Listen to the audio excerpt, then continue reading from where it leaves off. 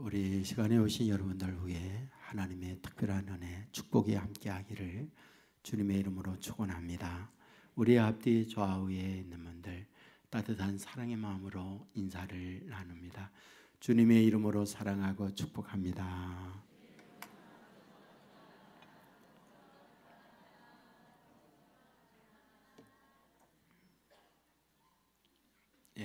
감사합니다.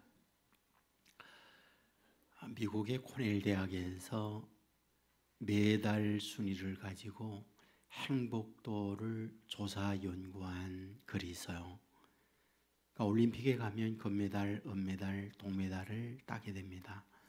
그 메달을 딴 사람들이 행복도 어떻게 나타내는가 점수를 매겨서 점수 조사를 하게 됩니다.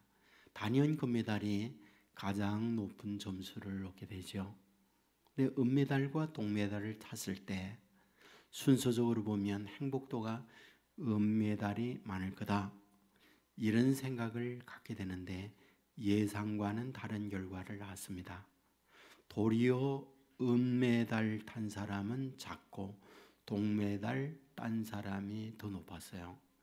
동메달은 71점을 맞았는가 하면 은메달은 48점을 받았어요.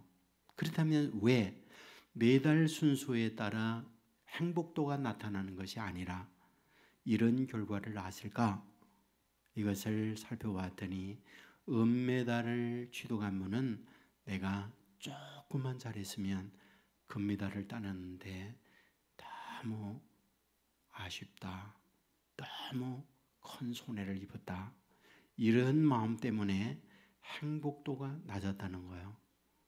근데 동메달을 딴 사람은 내가 이번에 졌다면 노메달이었는데 그래도 메달을 땄다, 그래서 행복도가 높아졌다는 거죠. 그러니까 어떤 순위에 의해서가 아니고 내가 어떤 비교 속에서 행복도는 좌우될 수 있다, 이런 결과라고 할 수 있죠. 이 동일한 조사를 하버드 대학생들에게 한 바 있어요. 학생들에게 말합니다. 여러분의 다니는 직장이 여러분이 10만 불을 법니다. 그리고 여러분의 주위에 있는 분이 5만 불을 법니다. 그러니까 1년에 1억을 여러분이 벌고 주위에 있는 동료들이 1년에 5천만 원을 법니다. 이런 회사가 있고 또 다른 회사가 있습니다. 그 회사는 여러분이 받는 월급이 15만 불, 1년에 1억 5천의 연봉을 받습니다. 그런데 주위에 있는 사람은 30만 불, 3억을 연봉으로 받습니다. 만일 이런 두 회사가 있다면 여러분들은 어느 회사로 가겠습니까? 라고 했더니 모든 학생이 10만 불을 받는 곳, 주위에 있는 사람 다 5만 불 받는 곳, 그곳으로 가겠습니다 라고 대답을 했다는 거죠. 그렇다면 왜 더 많이 버는 곳으로 가지 않고 덜 받는 곳으로 갈까요? 그것은 15만 불을 받으면서 30만 불을 받고 있는 주위의 사람들 앞에 한없이 자기가 작은 모습으로 살고 싶지 않다. 비록 10만 불을 받지만 5만 불을 받는 사람들 속에서 내가 탁월하고 우월한 사람으로 인정받으며 살고 싶다. 이것이 갖고 있는 인간의 마음이다, 그런 얘기죠. 사람은 혼자 살지 못해요.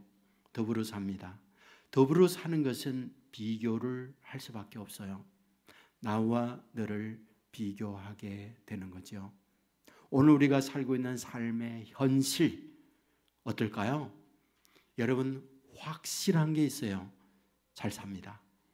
세계 여러 나라들을 다녀보면 대한민국 정말 잘 산다, 이거는 누구나 인정을 해요. 한번 생각해 보세요. 우리 한번 50년 전에 태어나지 않은 분도 많이 있지만 50년 전에 태어난 분들은 생각해 보세요. 그때 어땠나? 저는 소사 부천에서 자취를 했었거든요. 여러분들 그 옛날 브로커집 방한칸 부엌 하나 있는 그곳에서 연탄을 떼었어요. 그래서 연탄에 중독되기도 하고 또 냄비 그 하나 가지고 연탄에다가 밥해 먹고 국 끓여 먹고 냄비도 지금처럼 좋은 고급이 아니라 알루미늄으로 된 냄비 쟁개비라고 그러죠. 그 노란 거 거기다가 우리는 살았어요. 그때에 비하면 지금 엄청 잘 삽니다. 여러분 아세요? 양말 다 꼬매시는 거. 예? 여러분 신발이 하나 그리고 교복이 하나예요. 토요일날 오면 세탁해서 빨래해서 널고 월요일날 또 입고 가는 거예요. 여러분 이런 환경의 모습과 지금은 정말 수십 배 수백 배로 잘 사는 환경을 갖고 있어요. 그런데 대한민국 국민에게 당신 행복합니까? 라고 물었을 때에 행복하다는 사람보다는 불행하다는 대답이 훨씬 더 많다는 거예요. 그 왜 그럴까? 우리는 이것을 상대적 박탈감이라고 합니다.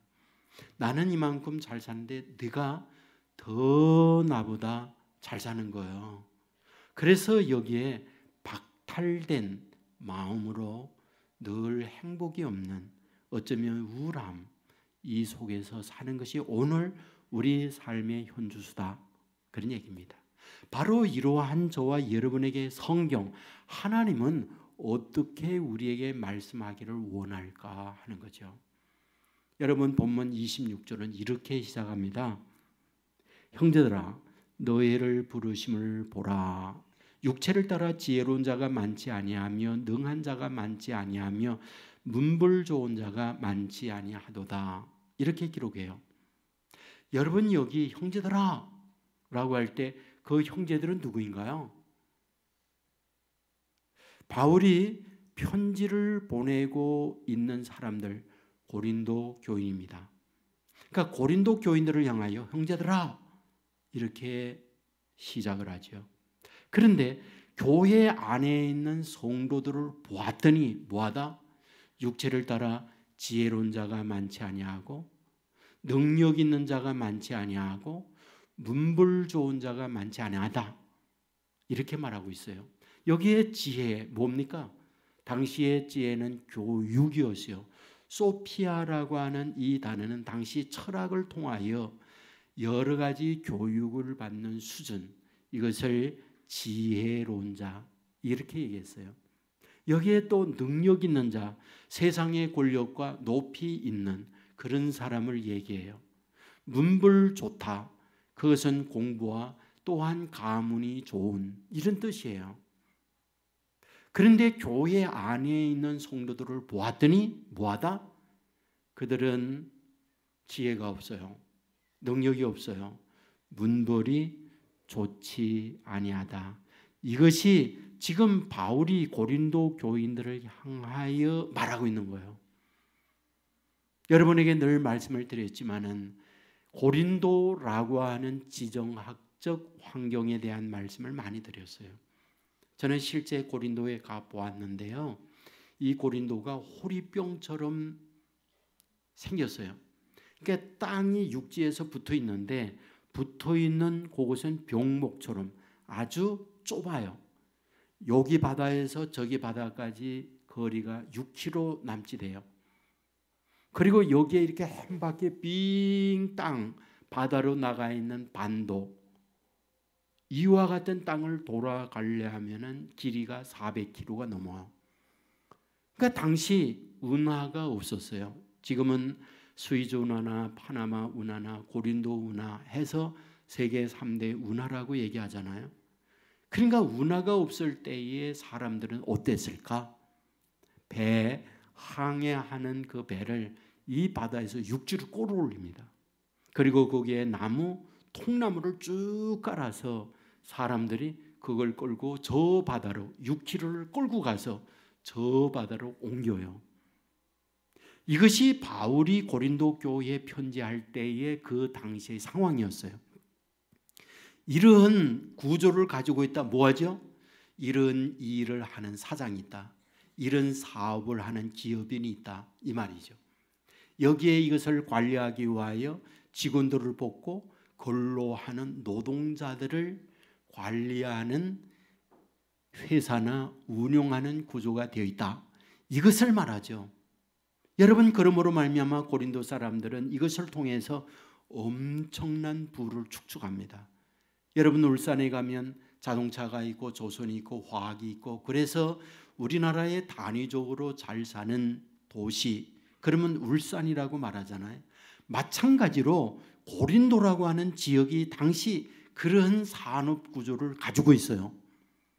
그러다 보니까 돈을 가지게 되는데, 돈을 벌면 사람들이 그 돈에 대하여 어떤 생각 듭니까? 구제해야 되겠다, 선교해야겠다, 어렵고 힘든 분들에게 이것을 나눠야 되겠다, 이런 생각을 갖는 경우는 많지 않습니다. 먼저는 돈이 생기면 그것을 가지고 자기의 일락, 쾌락, 즐거움에 투자해요. 자기를 위해 투자합니다. 그리고 조금 깨인 사람은 교육을 해야 하는구나 해서 자녀들을 교육시키는 데 돈을 투자합니다. 여러분, 그리고 조금 더 나가면 소위 문화, 예술 쪽에 투자를 하게 돼요. 여러분, 고린도 사람들도 똑같았어요.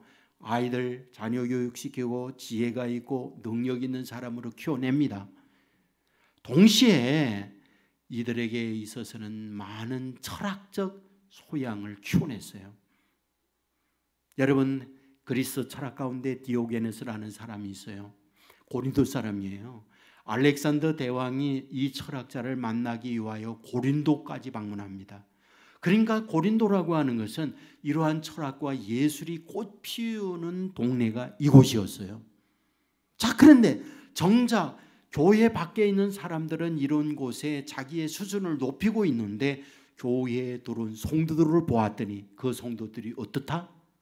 바울은 본문에서 말하는 거죠. 지혜가 없다, 능하지 못하다, 문벌 좋지 못하다 라고 말씀을 하고 있는 거죠. 여러분, 능하지 못합니다, 문벌이 없어요, 지혜가 없습니다 라고 하는 이 말은 무슨 말입니까? 비교 속에서 자기를 한없이 천하게 여길 수밖에 없는 그런 상황에 놓여 있다, 이 말이에요. 맞습니다. 고린도 교회 안에 들어온 성도들을 보면 하청민들이었어요. 능하지 못합니다, 지혜롭지 못합니다, 문벌 좋지 않아요. 이것이 그들의 현실이었어요. 살면서 비교를 할 수밖에 없잖아요. 형제들과 비교하고, 옆에 있는 반에 가면 아이들과 비교하고, 유치원에 가면 부모가 내 아이와 다른 집 아이를 비교합니다. 비교는 뭡니까? 우열이 생긴다, 그 말이죠. 우열이 생긴다고 할 때 우수하면 자만이 있고 목에 기부수하고, 그렇지 못한 사람에 대하여 멸시하는 성향이 많죠. 그런데 비교 속에서 열등하다 그러면 우울해져요. 나는 갖지 못했네, 나는 저와 비교할 때 부족하네 라고 할 때 삶이 행복하지 않아요. 더 리더라고 하는 영화가 있어요. 책을 읽어주는 남자, 이런 부제의 제목이 붙은 영화였죠. 저는 영화 보지 못했어요. 그 영화의 줄거리를 읽어보니까 이렇습니다. 주인공이 한나예요. 동네에 어릴 때부터 같이 큰 마이클이라고 하는 남자아이가 있었어요. 15살에 둘은 헤어지게 됩니다. 마이클은 공부해서 법대생이 되어져요. 20대에 대학을 다니면서 법정에 가서 판결하는 것을 실습하기 위하여 방청객으로 오게 되죠. 그런데 이게 웬일? 어릴 때 가지고 있던 한나가 죄수, 피고인으로 서 있는 거예요. 판사가 여러 가지 죄를 소명을 합니다. 죄를 얘기해요. 당신이 유태 나치의 간수로 있으면서 어렵고 힘든 유태인들에 대하여 어렵게 만들었다. 이것이 기록에 남아있는 당신의 죄명이다. 그래서 죄를 쭉 이야기합니다. 그런데 이 한나는 그 죄를 전부 다 인정을 하고 20년 형을 받아요. 감옥으로 갑니다. 20형이 끝났어요. 그리고 추록을 하게 돼요. 그리고 법조인이 된 이 마이클과 한나가 만나죠. 이미 그때에는 나이가 먹은 중년이 접어든 거예요. 그런데 여기에 반전이 있는 거예요. 그 반전은 무엇이냐? 한나는 무학자예요.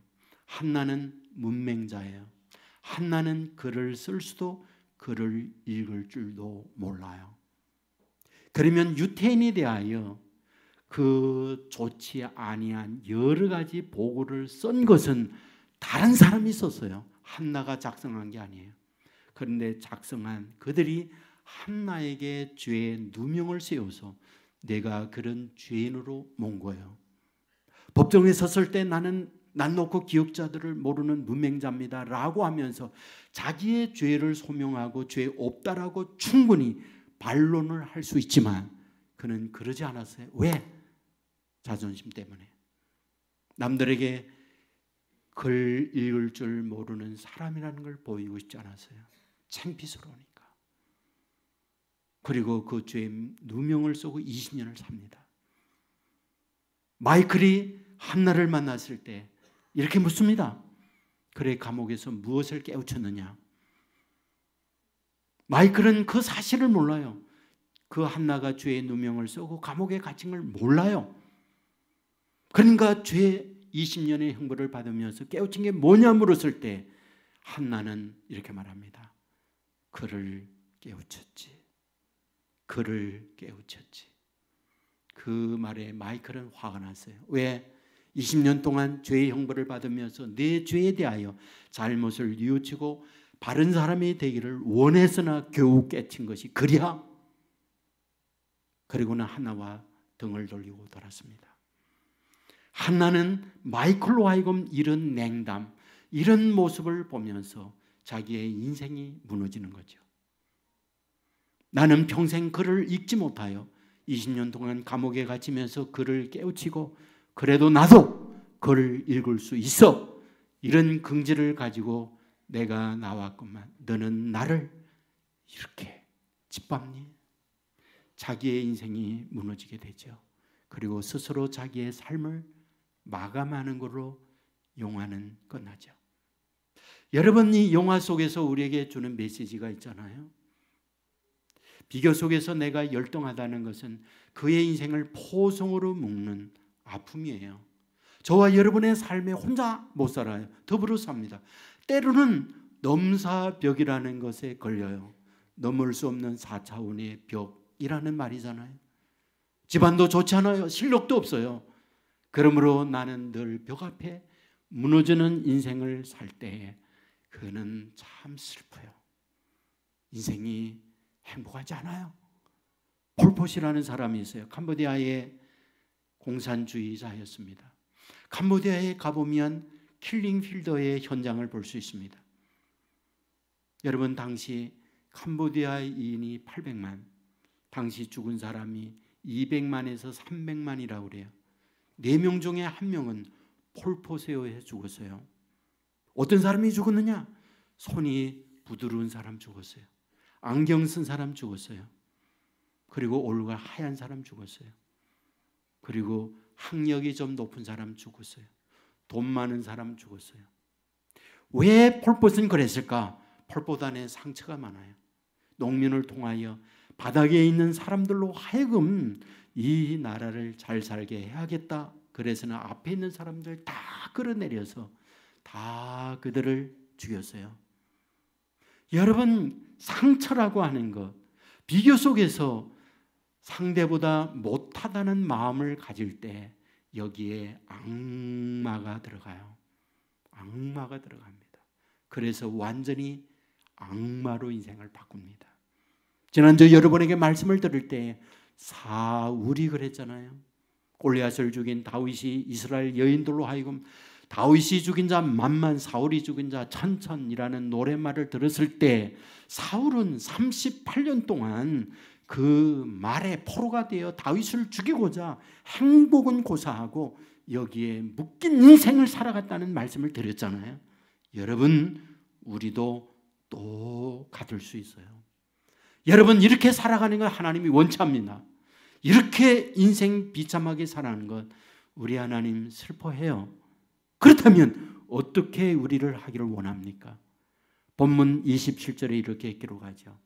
하나님께서 세상에 미련한 것들을 택하사 지혜 있는 자를 부끄럽게 하려 하시고 세상의 약한 것들을 택하사 강한 것들을 부끄럽게 하려 하시며 하나님께서 세상의 천한 것들과 멸시받는 것들과 없는 것들을 택하사 있는 것들을 폐하려 하시나니. 여러분, 이 말씀을 가만히 잘 보셔야 돼요. 하나님께서 여기 있는 말씀 그대로 미련한 자 택하고 약한 것 택하고 또한 멸시받는 것 택하고 없는 것 택하고 전한 것들을 택하여 잘나고 위대하고 나보다 앞선 그들을 짓밟고 그들 위에 서게 하는 그런 하나님이라고 본문을 이해하면 안 돼요. 하나님께서 이 말씀을 우리에게 주는 내용이 무엇입니까? 비록 너희가 공동체 안에서 밖에 있는 사람들과 단순 비교해 보았더니 고린도 사람들은 돈도 많이 벌고 그들은 돈을 가지고 공부도 많이 하고 그 돈 아래서 높은 자리도 올라갔는데 교회들은 성도 너희들을 보니까 뭐하다? 지혜 없어, 능하지 못해, 문벌이 좋지 않아 라고 교인들을 보고 있는 거죠. 그런데 그렇다고 해서 너희들 낙심하지 마라. 하나님은 어떤 하나님이냐? 미련하다 할지라도 택하여 주시는 하나님, 천하다고 없다고 사람들에게 짓밟음을 당하는 상황에 있다고 하나님도 똑같이 그런 가치 그런 생각으로 하나님은 생각하는 분이 아니야 라고 하는 것이 오늘 본문의 말씀이라는 거예요. 저는 탈북한 분들의 어떤 강의, 북한에서 살 때의 자기들의 생활을 이야기하는 거 유튜브를 통해서 가끔 들어요. 그런데 평양에 살다가 서울에 왔을 때에 놀란 것이 무엇이냐? 라고 했을 때 그분이 뜻밖의 말을 하는 거예요. 뜻밖의 말은 다른 게 아니고 서울에 왜 이렇게 장애인이 많은가 하는 것에 놀랐다는 거예요. 여러분, 정말 장애인을 위한 주차장이 있어요. 장애인을 위한 특별한 엘리베이터, 장애인을 위한 여러 가지 길을 갈 때 표시가 있어요. 장애인을 위한 화장실이 있어요. 굉장히 장애인들을 위한 배려가 많아요. 그래서 물었습니다. 평양에는 장애인이 없나요? 한 명도 없어요. 아니, 어떻게 한 명도 없나요? 그랬더니 하는 말, 평양에 장애인이 있으면 김일성 때부터 저 지방 벽지로 내쫓았대요. 자기 옆집에 장애를 가지고 있는 정말 가까이 지낸 그 가정에 장애인이 하나 있었는데 저 지방으로 보낼 때에 통곡을 하며 피눈물을 흘리면서 그 아이 혼자를 지방으로 내쫓았다는 거예요. 이게 평양이라는 거예요. 그런데 서울에 오니까 뭐하다?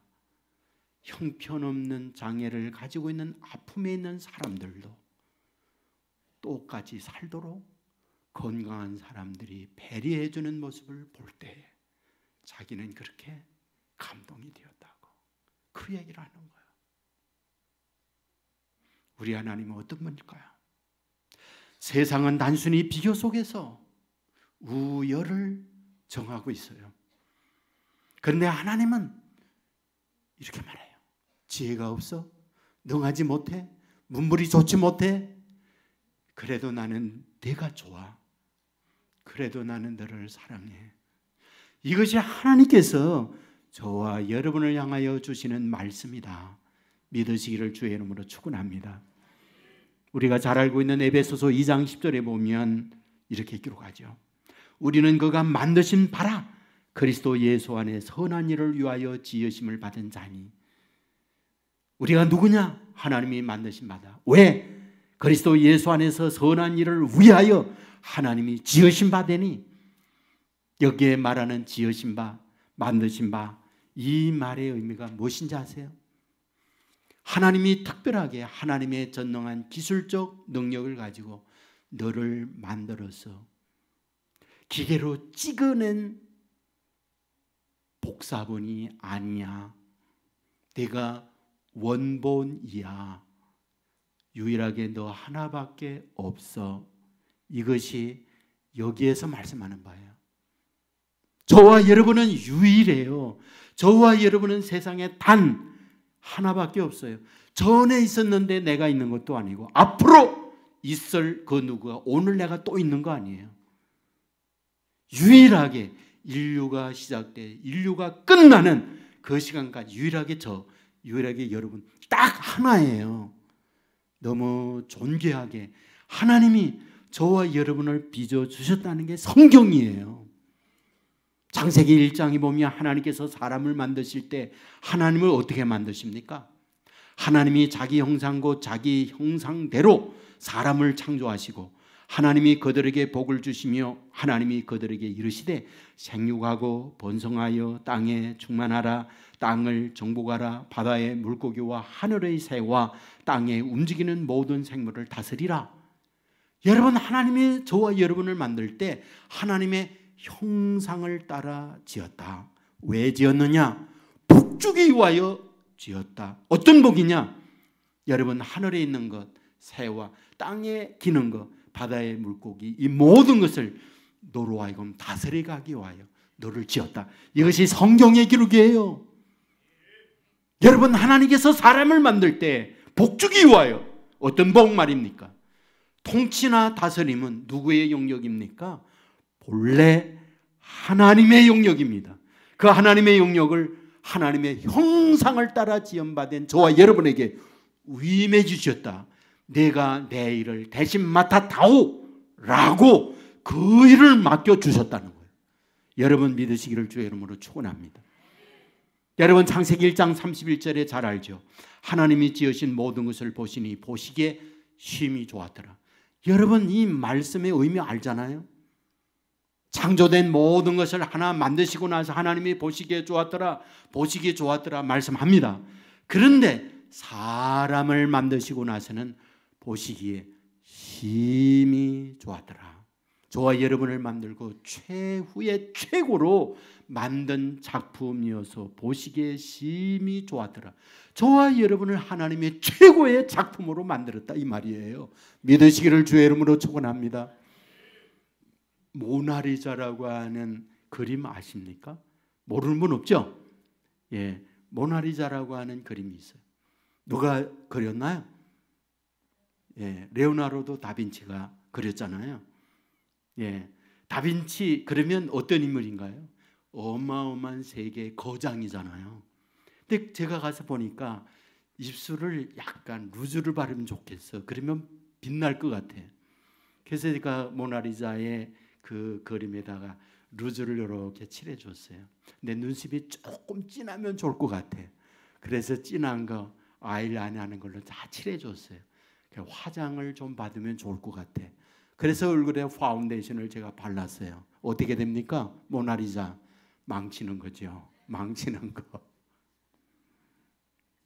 여러분 아십니까? 하나님이 저와 여러분을 모나리자 이상으로 만드셨다는 것. 그런데 문제가 뭔지 아세요? 문제가요, 보니까 루즈를 좀 바르면 더 좋을 것 같아. 나를 보니까 좀 페인팅하면 괜찮을 것 같아. 우리는 내가 부족한 거예요. 하나님이 만든 작품에 대하여 내가 섭섭해하는 거예요. 여러분 아세요? 그것이 사탄이 하는 거라는 것. 에덴 동산에서 하와에게 가서 하와를 유혹할 때 한 말이 뭔지 아시죠? 선악을 알게 하는 열매를 먹어라. 그러면 하나님이 된다. 너는 하나님 밑에 형편없는 존재, 부족하다는 걸 자꾸 말해요. 선악을 알게 하는 열매를 보니까 어때요? 보암직도 하고 먹음직도 하고 지혜롭게 할 만큼 탐스럽기도 한 나무인지라.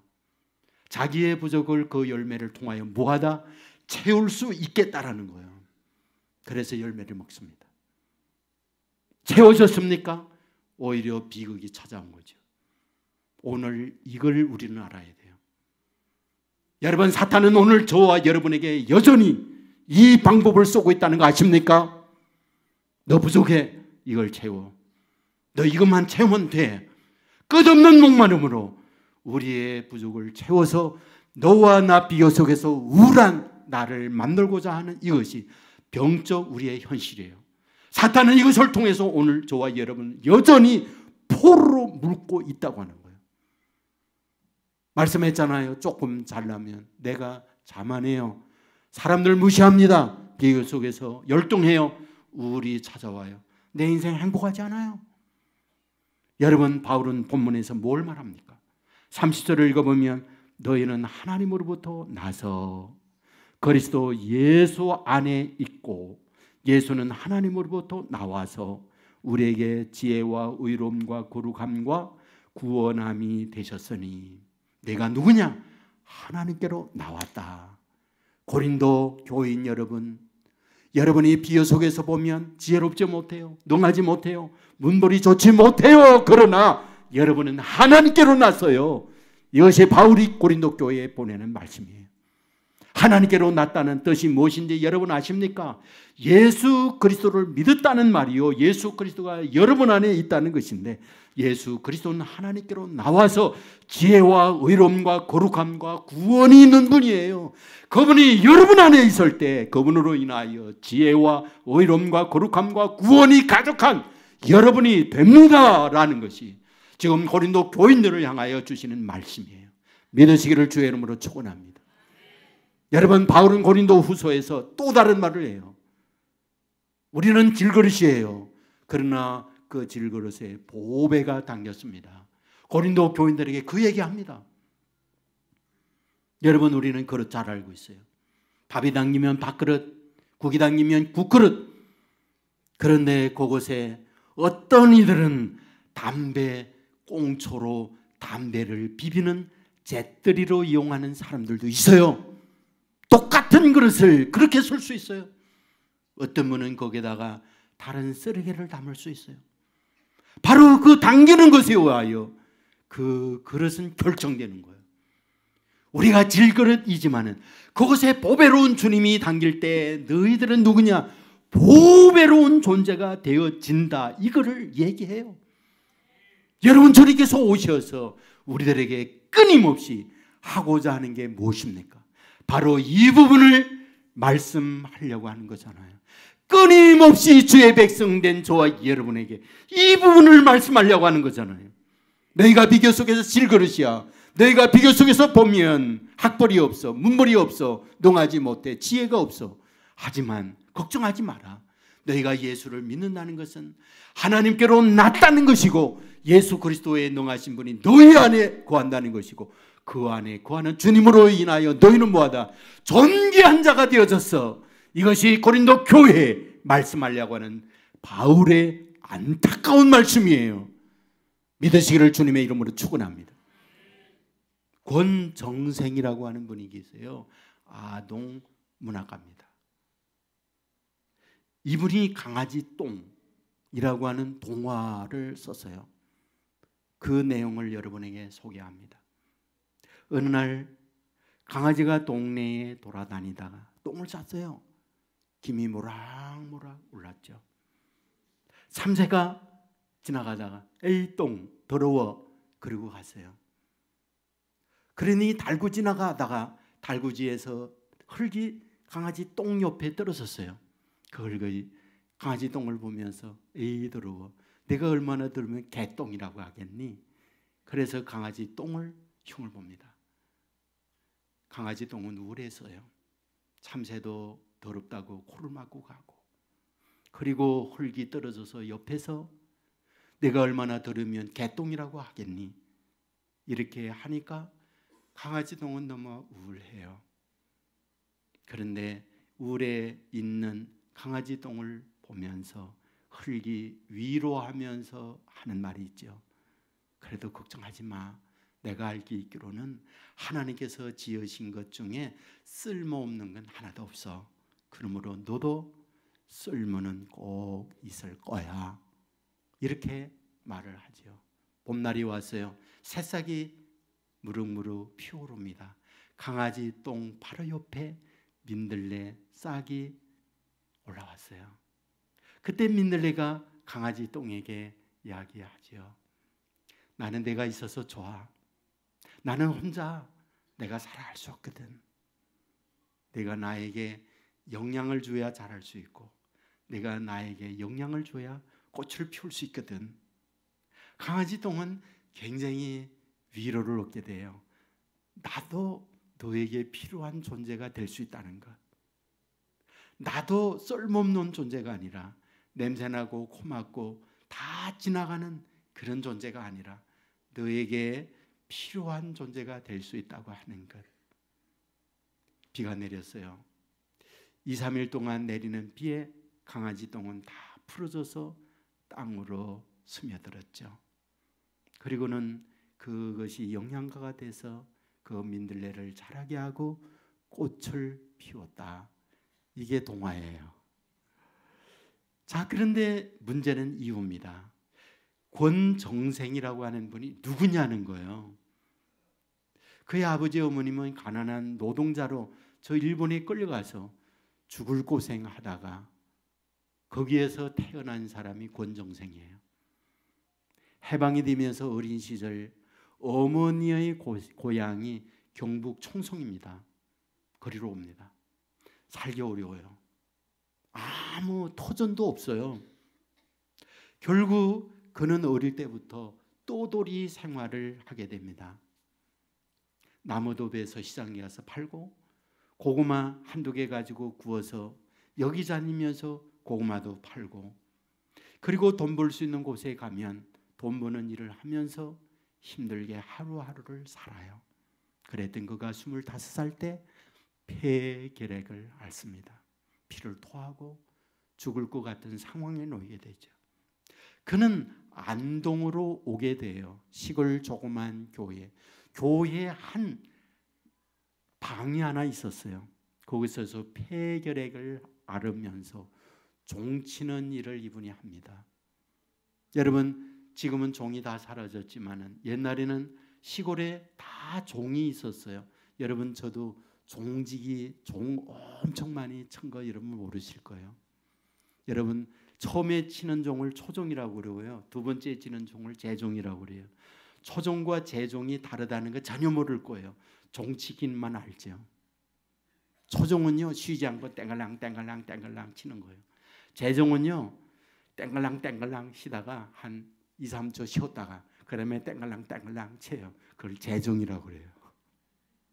옛날에는 시계가 많지 않았을 때에 종소리 듣고 예배 시간을 알아서 오는 거예요. 바로 권정생이라는 분은 그 종치기를 한 거예요. 아무것도 없습니다. 자기는 폐결핵에 걸어서 피를 토하면서 그거 지내고 있어요. 어느 날 양지 바른 곳 있는데 강아지가 지나가다가 개똥을 산 거죠. 그 강아지 똥을 이렇게 물끄러미 바라보는데 그 강아지 똥이 다름 아닌 자기의 모습이었어요. 나는 쓸데없는 강아지 똥과 같은 존재로구나. 누구도 나를 인정하지 않는구나. 그런데 거기에서 예수님을 영접했던 그는, 그래, 하나님이 나를 세상에 보낼 때에는 뭔가 하나님의 쓸모가 있어서 냈을 거야 라는 마음을 가지고 쓴 것이 강아지 똥이라는 동화였어요. 저는 그거를 읽으면서 이런 마음이 밀려오는 거예요. 그렇지? 비교 속에서 보면 정말 금과 같은 보배로운 우리도 있지만은 그렇지 못한 분들도 많이 있잖아요. 왜 나는 이렇게 쓸모없는 거지? 고린도 사람들 중에 고린도 교회 안에 들어와 있는 사람들을 보니, 바울이 보니까 그래요. 지혜가 없어요. 능하지 못해요. 문벌이 좋지 못해요. 그러한 그들에게 마음에 얼마나 열등이 있을까요? 우울이 있을까요? 그런 것을 보고 바울이 편지를 쓰는데 뭐라고 그러냐? 하나님은 설령 그렇다 할지라도 세상의 평가, 세상의 방법처럼 그렇게 비교하지 않아. 오히려 너희들을 택해서 문벌 좋은 자 부끄럽게 한다. 미련한 너희들을 택하여 지혜로운 자 부끄럽게 만드는 분이야. 없고 멸시받고 천한 너희들을 통해서 하나님이 위대하게, 이 말의 의미가 뭡니까? 너희 안에 주님이 거한다면 세상이 너희들을 깔보지 못하는 위대한 자로 만들어줘. 이것이 오늘 우리에게 주시는 말씀이에요. 여러분, 우리에게 기록된 하나님의 말씀을 아멘으로 믿고 그 말씀을 내 안에 받아들이면 말씀대로 비록 비교 속에서 내놓을 것 없는 천한 존재라 할지라도, 초라한 존재라 할지라도 내 안에 보배로운 주님으로 인하여 존귀한 자로 세움받는다, 하나님의 사람이 된다, 이 사실을 믿으시기를 주의 이름으로 축원합니다. 여러분, 이럴 때에 우리는 벗어날 수 있어요. 열등에서 벗어나고 자만에서 벗어나고 늘 자유로운 해방된 삶을 살아갈 수 있어요. 이 은혜가 저와 여러분 가운데 넘치기를 주님의 이름으로 축원합니다. 우리 모두 자리에 일어나겠습니다.